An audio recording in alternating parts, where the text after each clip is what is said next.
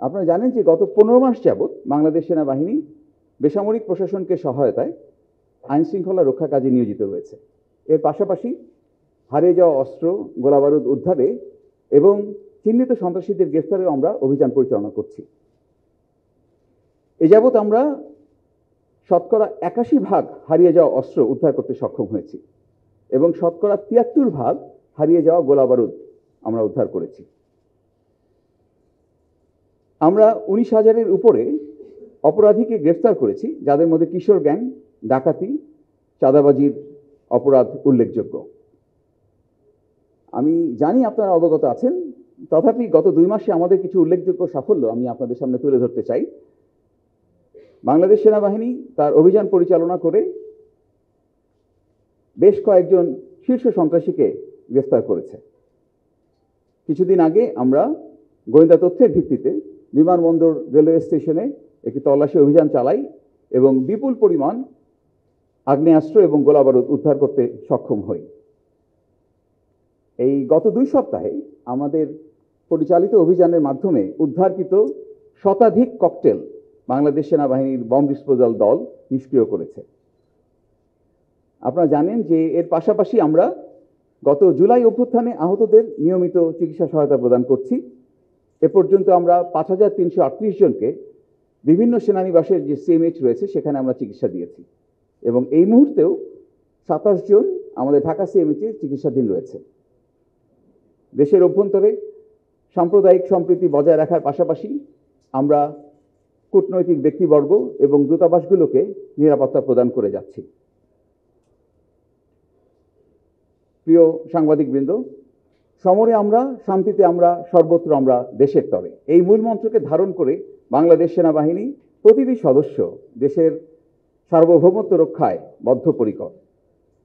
আপনারা জানেন, মাননীয় প্রধান উপদেষ্টা একটি সুষ্ঠু, সুন্দর, নিরপেক্ষ এবং উৎসবমুখর নির্বাচনের জন্য সকলকে প্রস্তুতি গ্রহণ করার নির্দেশ প্রদান করেছেন। নির্বাচন কমিশন ইতোমধ্যে সকল আইনশৃঙ্খলা রক্ষাকারী বাহিনীর সঙ্গে তাদের মতামত বিনিময় করেছে এবং তদনুযায়ী বাংলাদেশ সেনাবাহিনীও তাদের প্রস্তুতি গ্রহণ করছে। আমি আপনাদের আশ্বস্ত করতে চাই, বাংলাদেশ সেনাবাহিনী সম্মানিত সেনাবাহিনী প্রধানের দিক নির্দেশনায় সংশ্লিষ্ট মন্ত্রণালয়, আইনশৃঙ্খলা রক্ষাকারী বাহিনী, স্থানীয় প্রশাসন, গণমাধ্যম এবং জনগণকে সাথে নিয়ে একটি সুষ্ঠু এবং অবাধ নিরপেক্ষ নির্বাচনের জন্য নির্বাচন কমিশনকে সকল ধরনের সহায়তা দিতে সর্বদা প্রস্তুত থাকবে। মাননীয় প্রধান উপদেষ্টার সঙ্গে 3 বাহিনী প্রধান দেখা করেছেন, সেই সুবাদে আমাদের সেনাবাহিনী প্রধানও সাক্ষাৎ করেছেন এবং এ বিষয়ে কি আলোচনা হয়েছে সে বিষয়ে একটি প্রেস রিলিজ কিন্তু মাননীয় প্রধান উপদেষ্টার কার্যালয় থেকে অলরেডি প্রকাশ করা হয়েছে। তো বিস্তারিত আপনারা সেখানেই পেয়ে যাবেন, সুতরাং আর এ ব্যাপারে কথা বলার প্রয়োজন হচ্ছে না। দ্বিতীয় যেটা আপনারা বলেছেন যে একটি সুষ্ঠু, নিরপেক্ষ এবং অবাধ নির্বাচনের পূর্ব শর্ত কিন্তু হচ্ছে একটি আইনশৃঙ্খলা পরিস্থিতিটা স্বাভাবিক থাকা এবং এই আইনশৃঙ্খলা পরিস্থিতিকে স্বাভাবিক রাখার জন্যই আইনশৃঙ্খলা রক্ষাকারী বাহিনীগুলো নিয়োজিত হয়ে থাকে এবং এই আইনশৃঙ্খলা রক্ষাকারী বাহিনীগুলোকে সাহায্যের জন্য বাংলাদেশ সেনাবাহিনী সর্বদাই বদ্ধপরিকর। আমাদেরকে বাংলাদেশ সেনাবাহিনীকে যখনই এই আইনশৃঙ্খলা রক্ষাকারী বাহিনীকে সাহায্যের জন্য নিয়োজিত করা হয়েছে, আমরা আমাদের সর্বাত্মক দিয়ে চেষ্টা করেছি। আপনারা ইতিমধ্যে জেনেছেন যে নির্বাচনকালীন সময়ে আমরা 90,000 থেকে 1 লক্ষ সেনা সদস্য মাঠ পর্যায়ে আমরা নিয়োজিত করব, যেটা এ যাবৎকালের সর্বোচ্চ। এবং আমাদের পরিকল্পনায় জেলা পর্যায়ে, উপজেলা পর্যায়ে, এমনকি ক্ষেত্র বিশেষে আপনার আসন ভিত্তিক আমরা ক্যাম্প স্থাপন করে যথাসম্ভব এই আইনশৃঙ্খলা পরিস্থিতি নিয়ন্ত্রণে রাখার চেষ্টা করব। আসন্ন জাতীয় নির্বাচনকে একটি সুষ্ঠু এবং সুন্দর নির্বাচন সম্পন্ন করার জন্য বাংলাদেশ সেনাবাহিনী নির্বাচন কমিশনের যা যা সাহায্য প্রয়োজন সবটুকু করার জন্য আমরা সদা প্রস্তুত থাকব।